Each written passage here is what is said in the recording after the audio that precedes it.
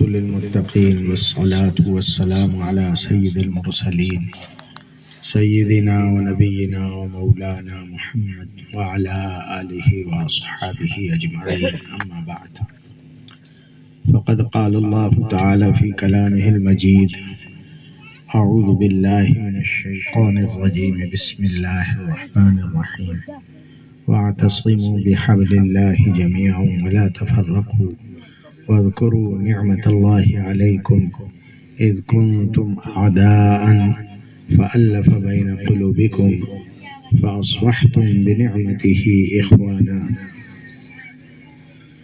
وكنتم على شفا حفرة من النار فأنقذكم منها كذلك يبين الله لكم الآيات. صدق الله العظيم. معزز علماء کرام، محترم بزرگوں اور بھائیوں اور عزیز بچوں، اللہ بزرگ برتر کا لاکھ لاکھ شکر و احسان ہے تو انہوں نے ہمیں اپنے حبیب پاک جناب محمد رسول اللہ صلی اللہ علیہ وسلم کی پاکیزہ تعلیمات خود سننے، سمجھنے، عمل کرنے، سماج میں ان کو رواج دینے، اپنی نسلوں کو پڑھانے، سنانے، سمجھانے اور ان پر عمل کرانے کی توفیق عنایت فرمائی ہے۔ صبح سے آپ حضرات یہاں اپنے ہی بچوں کے دینی پروگرام سماعت فرما رہے ہیں۔ مجھ سے پہلے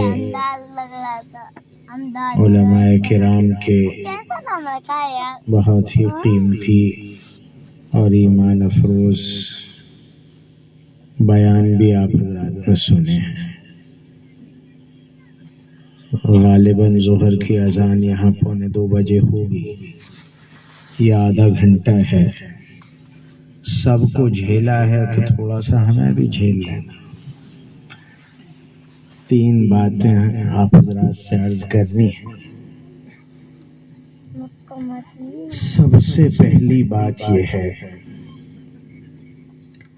اس امت کو اللہ عز و جل نے آخری امت بنایا ہے۔ اس کے بعد کوئی دوسری امت نہیں آئے گی، دوسرا نبی نہیں آئے گا۔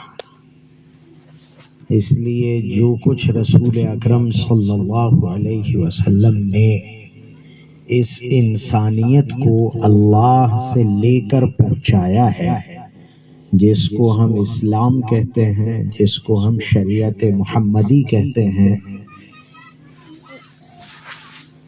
یہ اپنی پوری آب و تاب کے ساتھ قیامت تک باقی رہے گا۔ جو اثر صحابہ کرام کے زمانے میں تھا، دین میں، قرآن پاک کی آیات میں، رسول اللہ صلی اللہ علیہ وسلم کی تعلیمات میں، وہی اثر قیامت تک باقی رہے گا۔ کوئی فرق اس میں ہونے والا نہیں ہے۔ تجربہ تو آپ حضرات نے بہت زیادہ کیا ہوگا۔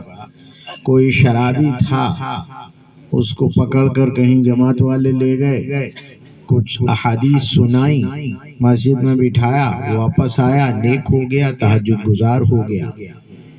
آخر یہ بتائیے کہ اس میں یہ تبدیلی کس نے پیدا کی؟ حضور اکرم صلی اللہ علیہ وسلم کی احادیث نے، قرآن پاک کی آیات کے اس ترجمے نے جو اسے سنایا گیا تھا۔ 1400 سال پہلے بھی یہ شراب چھڑانے کے لیے، جوا چھڑانے کے لیے مفید تھا۔ 1400 سال بعد بھی اس میں یہ تاثیر موجود ہے، تاثیر نہیں بدلی، آج بھی موجود ہے۔ وہی تاثیر جو کل تھی وہ آج ہے۔ کل بھی بچھو کے کانٹے پر قرآن پاک کی آیتوں کو صحابی نے پڑھ کر دم کر دیا تھا تو تڑپنے والا ٹھیک ہو گیا تھا، اور آج بھی اگر کسی بچھو کے کانٹے پر قرآن پاک کی آیات آج کے زمانے کا آدمی پڑھتا ہے تب بھی ٹھیک ہو جاتا ہے۔ قرآن پاک کی آیات میں جو اثر 1400 سال پہلے پایا جا رہا تھا، زمانے کی تبدیلی سے وہ اثر ختم نہیں ہوا. یہی ختم نبوت کی نشانی ہے. اسلام کی بقا کی یہ سب سے آسان ترین سمجھ میں آ جانے والی نشانی، سب سے جلدی سمجھ میں آنا. یہ تو شروعات ہے، اس کے بعد آگے بڑھ جائیے. آپ تجارت کر رہے ہیں، آپ زراعت کر رہے ہیں، کھیتی کر رہے ہیں، آپ جو کچھ بھی کام کر رہے ہیں، اگر آپ قرآن پاک کے احکام پر عمل کرتے ہیں تو جو تاثیر برکت کی، محبت کی، عزت کی، جو تاثیر صحابہ کرام کے زمانے میں تھی، وہی تاثیر اللہ کے احکام میں آج بھی موجود ہے. عمل کرنے والا 1500 سال بعد عمل کر رہا ہے، لیکن یہ پورے 1500 سال پر اس کی تاثیر میں کوئی فرق نہیں پڑا ہے. آج بھی ویسی ہی نورانیت بھی ہے، وہی برکت بھی ہے، وہی عزت بھی ہے. دنیا پروپیگنڈا کتنا بھی کرتی رہے، لیکن اللہ عز و جل نے دین میں جو عزت رکھی ہے، جو برکت رکھی ہے، وہ باقی رہے گی، وہ ختم نہیں ہونے والی ہے. یہ ختم نبوت کی نشانی. حضور کا نور ایسا نہیں ہے کہ دور جانے کی وجہ سے مدھیم پڑ جائے گا. 1400 سال بعد بھی اس میں ویسی ہی نورانیت، وہی آب و تاب باقی. اس امت کو 2 باتیں کہہ دی گئی ہیں، 2 کے زمرے میں 3 آئی. ایک یہ کہہ دیا گیا ہے کہ یہ دین صرف کتابوں سے نہیں، پڑھنے پڑھانے سے نہیں، عمل سے باقی رہے گا. عمل کرتے رہو گے، دکھاتے رہو گے، لوگ دیکھتے رہیں گے، بدلتے رہیں گے، سدھرتے رہیں گے، سنبھلتے رہیں گے. اگر سماج میں، معاشرے میں اس پر سے عمل ختم کر دیا، صرف اسے کتابوں میں رکھا، پڑھنے پڑھانے کی حد تک رکھا، زندگیوں سے اگر یہ نکل جائے گا تو یاد رکھیے سماج اور معاشرے کو اللہ کے عذاب سے اور اعمال کے برے اثرات، ما اصابکم من مصیبت فبما کسبت ایدیکم، تم پر جو مصیبتیں آتی ہیں وہ تمہارے اعمال کی وجہ سے آتی ہیں. وَيَعْفُو عَنْ كَثِيرٍ، اور اللہ بہت ساروں کو تو معاف کر دیتے ہیں. اگر سب کا عذاب آ جائے تو جھیلا بھی نہ جائے. کیوں آتا ہے اللہ کا عذاب؟ ذرا اللہ کی نہیں مانی تو اللہ عذاب دے گا. تو پھر اللہ تو غفور الرحیم ہے، اتنا مہربان ہے، ماؤں سے 70 ماؤں سے زیادہ مہربان ہے، تو ذرا نہیں مانی تو عذاب دے دیتا ہے. اللہ عذاب نہیں دیتا اس طرح. مسئلہ یہ ہے کہ اسلام رحمت ہے، اسلام ہدایت ہے، اسلام رحمت ہے. اللہ کا ہر حکم تمہارے فائدے کے لیے ہے. اگر تم اس پر عمل کرو گے تو فائدہ ہوگا، اور عمل نہیں کرو گے تو نقصان ہوگا. تو عذاب نہیں آیا. تم سے کہا تھا میٹھا کھاؤ، تم کڑوا کھانے لگے. اب اس کو کوئی کیا کر سکتا ہے؟ تم سے کہا تھا کہ سردی پڑے تو کپڑے پہن لینا، اب تم ننگے پھرو. ننگے پھرو گے تو ٹھٹر جاؤ گے، ننگے پھرو گے سردی لگے گی، نیمونیا ہو جائے گا، مرمورا جاؤ گے کہیں جا کے. اب تم کہو ہم مر رہے ہیں، یہ اللہ کا عذاب نہیں ہے، تم نے کپڑے چھوڑ دیے. غلطی تمہاری ہے کہ اللہ عز و جل کے وہ پاکیزہ، مبارک، متبرک، نورانی احکام جو تمہارے فائدے کے لیے آئے تھے، تمہیں نورانی بنانے کے لیے آئے تھے، تمہارے سماج کو نورانی بنانے آئے تھے، تمہیں برکتیں دینے آئے تھے، تمہیں اللہ کی رحمت کی آغوش میں پہنچانے آئے تھے، تمہیں عافیت اور عزت دینے کے لیے تھے. تم نے اگر ان پر عمل نہیں کیا تو نقصان ہوتا ہے. اس کو قرآن کہہ رہا ہے کہ جو تم پر مصیبتیں آتی ہیں وہ کہیں اور سے کسی کی لادی ہوئی نہیں ہوتی، تھوپی ہوئی نہیں ہوتی. وہ جو کچھ بھی ہیں اللہ کے احکام پر عمل نہ کرنے کا نتیجہ ہے. تم تو سینہ تان کر یہ سمجھ رہے ہو کہ ہم نے عمل نہیں کیا تو کیا ہو گیا، نہیں کریں گے ہم عمل۔ اللہ کو ہماری ضرورت ہے، ہمیں اللہ کی تھوڑی ہے۔ اللہ کا دین ہم سے بچا ہے، ہم تھوڑی دین سے بچے ہیں۔ جبکہ الٹا ہے، الٹا ہے، تم سے دین نہیں بچتا، دین کے پردے میں تم بچے رہے۔ اگر بچنا ہے تو دین کی چھتری لگائے رکھو، وہی بچا پائے گا، ورنہ دنیا میں کوئی نہیں بچتا، کوئی نہیں بچتا۔ صدر مملکت بن جاتے ہیں، ان پر بھی الزام اتنے گھٹیا گھٹیا لگتے ہیں، بدنام ذلیل رسوا ہو جاتے ہیں۔ نہ عزتوں کے ٹھکانے ہیں، نہ اخلاق اعمال کے ٹھکانے ہیں، نہ زبان کے ٹھکانے ہیں، نہ پیسوں کے ٹھکانے ہیں، نہ امانت کے ٹھکانے، کچھ نہیں ہے، بدنام اور ذلیل ہو جاتے ہیں۔ کیا وجہ ہے؟ اتنے بڑے ہیں، بڑے ہونے سے کچھ نہیں ہوتا، صرف اللہ کے احکام کی چھتری ہے جو انسان کو دنیا میں عزت سے رکھے گی، عزت سے اٹھائے گی اور عزت ہی دلائے گی۔ اگر اللہ کے احکام چھوڑ دو گے تو دنیا میں بھی ذلیل ہو جاؤ گے، پریشان ہو جاؤ گے، بیمار بھی ہوگے، پریشان بھی ہوگے، دکھی بھی ہوگے، تکلیف بھی اٹھا، سب کچھ ہوگا۔ یہ تم سے جو روزے نماز کروائے جا رہے ہیں، صبح صبح اٹھائے جاتے ہیں زبردستی، ارے بھائی اٹھا دیا، اس سے صبح کی ہوا لگ گئی۔ یہ جو کھانستے کھانستے بڈھے جا رہے ہیں نا مسجدوں میں، یہ ان کے پھیپڑوں کا پورا بلغم نکل جاتا ہے، یہ سکون سے رہتے ہیں، ورنہ پیرالیٹک اٹیک آ جاتا ہے۔ یہ جو زندہ سلامت نظر آ رہے ہیں کھانستے کھانستے، یہ مسجد کا صدقہ ہے کہ جس کی وجہ سے ان کے پھیپڑے بچے ہیں، دماغ بچا ہے، ورنہ یہ بلغمی دباؤ دماغ تک پہنچ جائے۔ اگر کوئی ڈاکٹر بیٹھا ہوگا تو سمجھے گا کہ اس کی وجہ سے پیرالیٹک اٹیک آتا ہے، آدمی کو فالج ہو جاتا ہے۔ کیا ہوا؟ اپاہج ہو کے پڑے ہیں، کیوں کہ صبح اٹھا نہیں جا رہا تھا۔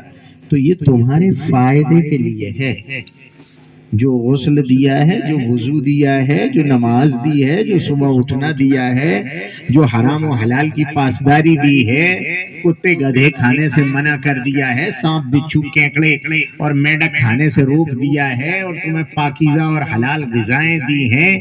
تمہیں یہ سب کچھ اتنی بابرکت چیزیں جو اللہ کے نبی صلی اللہ علیہ وسلم نے فری میں عطا فرما رکھی ہیں، یہ تمہاری صحت کے لیے ہیں، تمہاری عزت کے لیے ہیں۔ ان پر عمل کرتے رہو گے تو تم فائدے میں رہو گے، ورنہ اس کا جو الٹا ہے وہ پوری دنیا بھگت رہی ہے، وہ تمہیں بھی بھگتنا پڑے گا، نقصان ہوگا۔ نبی یہی بتلانے کے لیے آئے تھے، تو اس کو عملی شکل میں باقی رکھو تو تم برکت والے رہو گے۔ صرف نام رکھو گے، سیاتی زمان علی امتی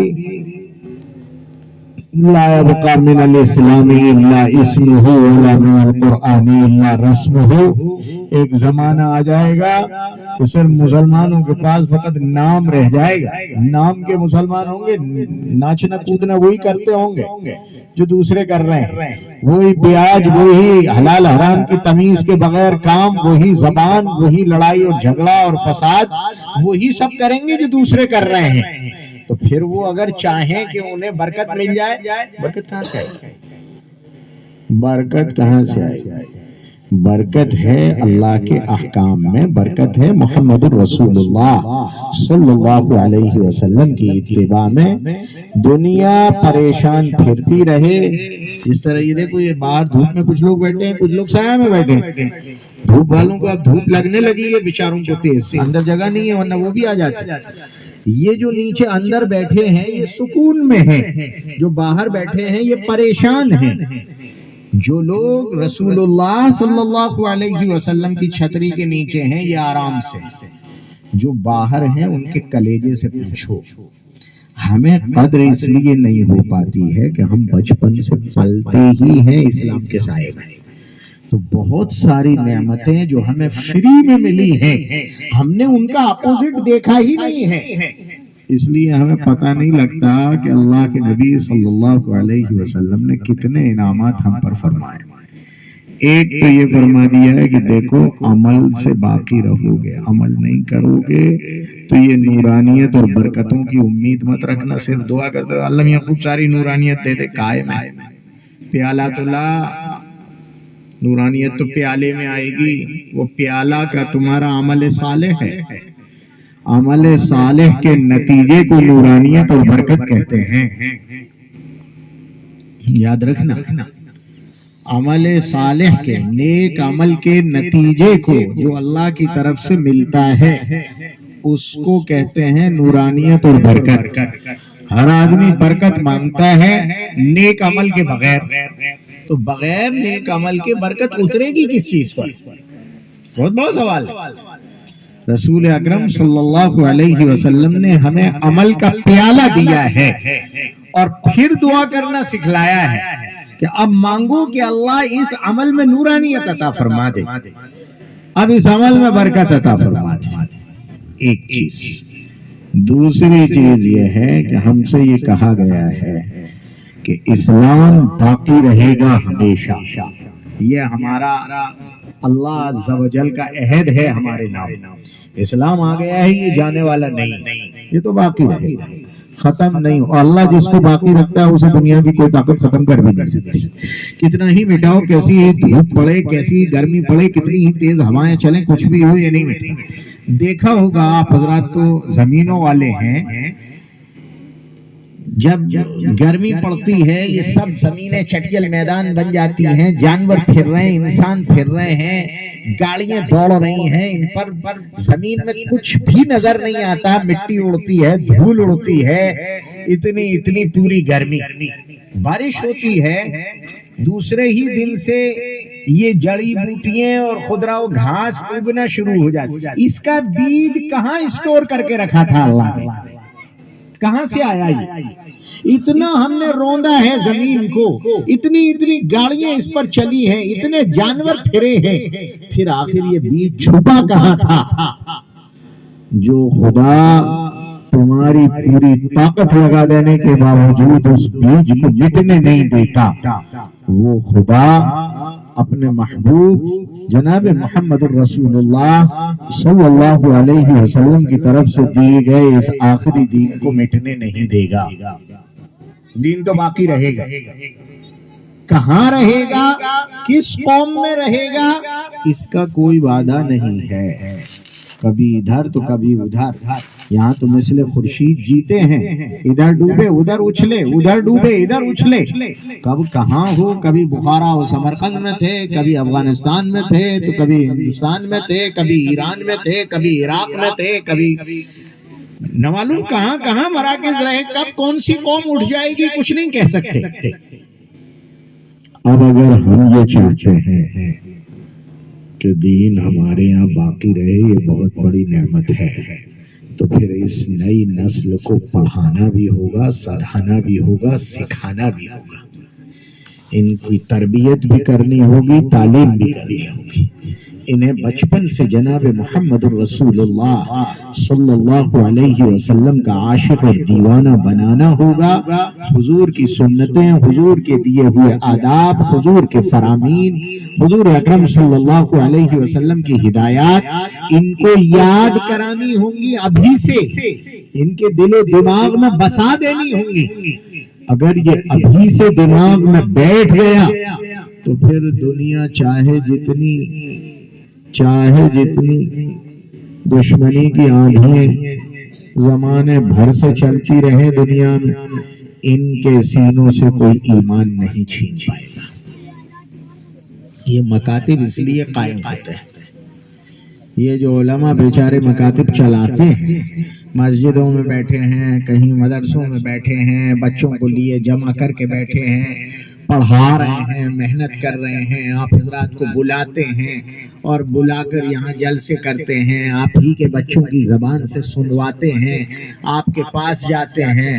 میں تو کہا کرتا ہوں، یہ سب انعام دیکھتا ہوں کہ تُؤْخَذُ مِنْ أَغْنِيَائِهِمْ وَتُرَدُّ إِلَىٰ أَوْلَادِهِمْ، یہ انہی کے مالداروں سے لیا جاتا ہے اور انہی کی اولادوں کو دے دیا جاتا ہے۔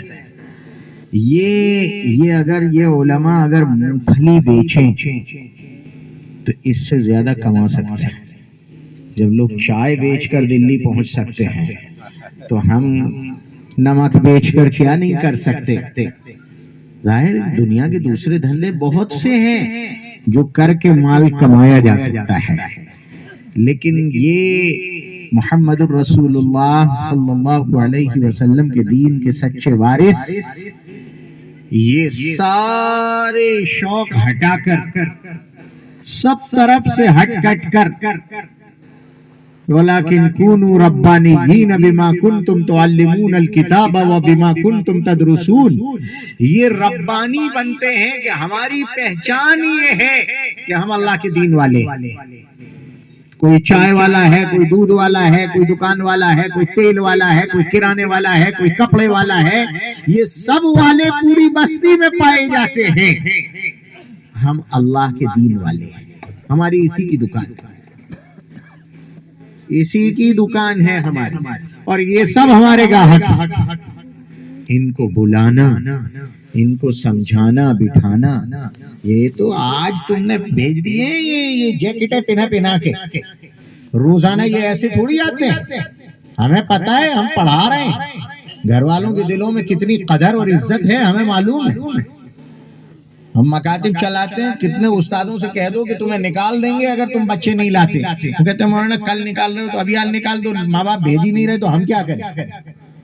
اتنا شوق کہ باقاعدہ بچوں کو یہ سمجھا جائے کہ اگر یہ آج پڑھ گئے تو کل انہیں ماں کے قدموں کے نیچے جنت نظر آئے گی، کل انہیں باپ جنت کا دروازہ نظر آئے گا، کل یہ صفائی والے ہوں گے، کل یہ باپ کے پیسے کو نشے میں برباد نہیں کریں گے، کل یہ جوا نہیں کھیلیں گے، کل یہ بیاج میں اور کسان کارڈ میں مبتلا نہیں ہوں گے، کل یہ ساہوکاروں کے یہاں سے ادھار لا کر اور بیاج کا بوجھ سر پر نہیں لیں گے، یہ حلال کمائیں گے، اس کے لیے انہیں آج پڑھانا ہے تاکہ یہ بربادی والے نہ ہوں، نہ زندگی برباد کریں، نہ مال برباد کریں، نہ عزت برباد کریں، اور جو انہیں لوٹنے کے لیے باہر بیٹھے ہیں یہ ان کے ہاتھوں اپنی پونجی لٹا نہ دیں۔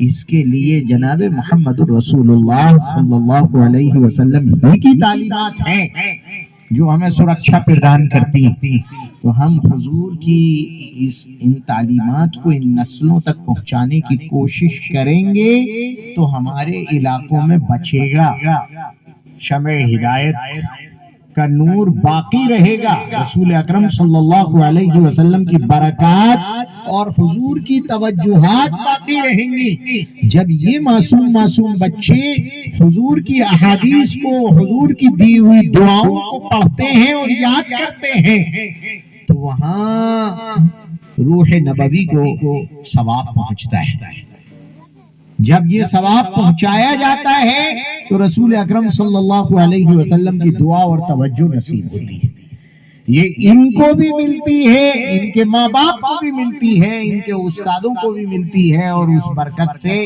بستیوں کو ملتی ہے، تو ان بستیوں کی حفاظت ہوتی رہتی ہے اسی ذریعے سے۔ آخری بات یہ عرض کرنی ہے، دیکھیے آنکھیں کھول کے جیجیے، آنکھیں کھول کے جیو، آنکھیں بند کر کے نہیں۔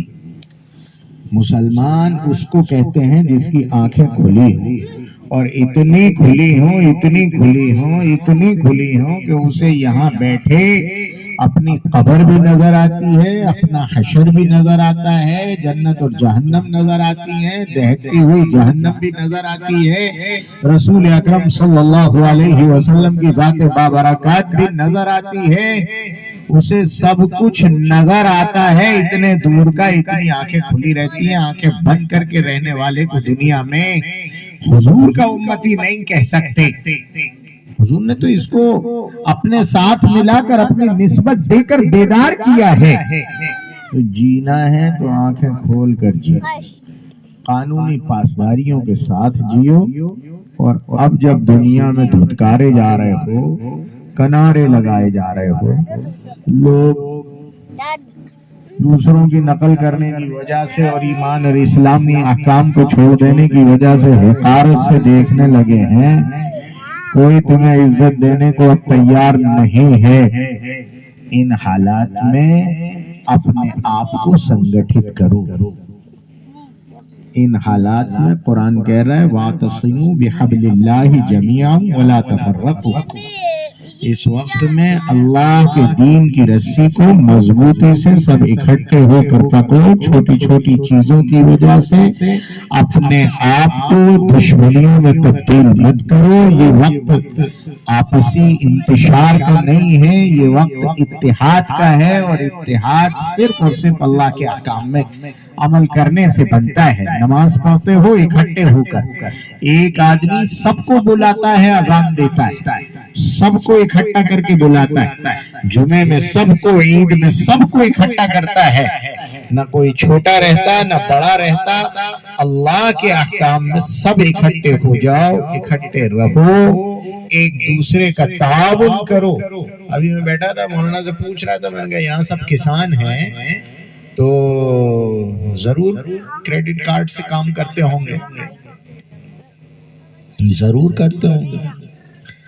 سوسائٹی میں مال تو ڈال دیا، بیج لینا ہے بعد میں، یہ کھاد لینا ہے بعد میں، زمینی کاروبار کرنا ہے، کہاں سے لائیں گے؟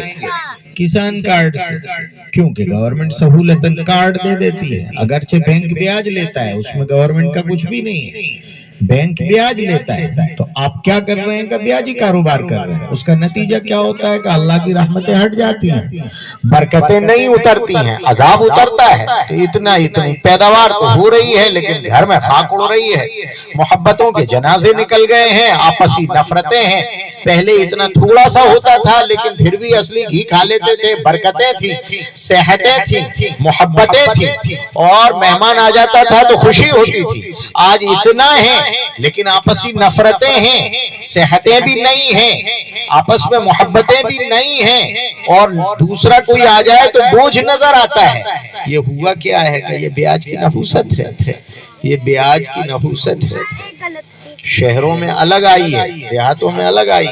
شہروں میں پاگلوں کے ڈاکٹروں کے یہاں جا کر دیکھو ڈھیر لگا ہے. کہاں سے آ رہے ہیں؟ علماء سے پوچھو. رسول اکرم صلی اللہ علیہ وسلم نے فرمایا تھا جہاں بیاج آئے گا وہاں پاگل پن بڑھ جائے گا. جہاں بھی بیاج آئے گا وہاں پاگل پن بڑھ جائے گا. آج سائیکو ڈیسیز کے مارے، ٹینشن اور ڈپریشن کے مارے وہاں ڈھیر لگ رہے ہیں، اور یہاں دیکھو تو محبتوں اور برکتوں کے جنازے نکل رہے ہیں. لیکن اب مسئلہ یہ ہے کہ اگر بچنا ہے تو بچیں کیسے؟ جس کو ضرورت ہو لائے کہاں سے؟ اتنے سارے ہوتے ہیں، یہ سارے علماء بھی ہوتے ہیں، شبھ چنتک بھی ہوتے ہیں، لیکن کبھی کوئی غیر سودی تنظیم چلائے؟ کبھی ایک اسکول تو بنا نہیں پاتے. اسکول میں پڑھنے بھیجنا ہے تو بیٹیوں کو بھی بھیجو گے کہاں؟ دوسروں کے یہاں. اب وہ پاجامہ اتروا کے اسکرٹ پہنوا دیں، وہ دوپٹہ کھچوا دیں، گلے میں ڈلوا دیں، تو کرنا پڑے گا، کیونکہ اپنا کچھ نہیں، اپنا کچھ نہیں. میرے بھائیوں، خدا کے واسطے قومی غیرت کے ساتھ جینا سیکھو، سنگٹھت رہو. تعلیم میں، علاج میں، اللہ کے احکام پر عمل میں، بچوں کا مستقبل سنوارنے میں، اور کاروبار میں ایک دوسرے کی مدد میں. آپس میں بھائی بھائی بن کر جیو، ایک دوسرے کا سپورٹ کرنا سیکھو، تعاون کرنا سیکھو. یہ تمہارے قرآن کا حکم ہے، یہ تمہارے نبی کا حکم ہے. اللہ عز و جل ہمیں یہ نبوی گزارشات پر عمل کرنے اور اپنے دین کی قدر کرنے، اپنے نبی اکرم صلی اللہ علیہ وسلم کی تعلیمات کی عظمت دل میں بٹھانے کی توفیق عطا فرمائے. اللہ تعالیٰ ان علماء کی محنتوں کو قبول فرمائے، ان نسلوں کو اپنا ایمان محفوظ رکھنے اور صراط مستقیم پر ثابت قدم رہنے کی توفیق عطا فرمائے. آمین. وآخر دعوانا ان الحمد للہ رب العالمین.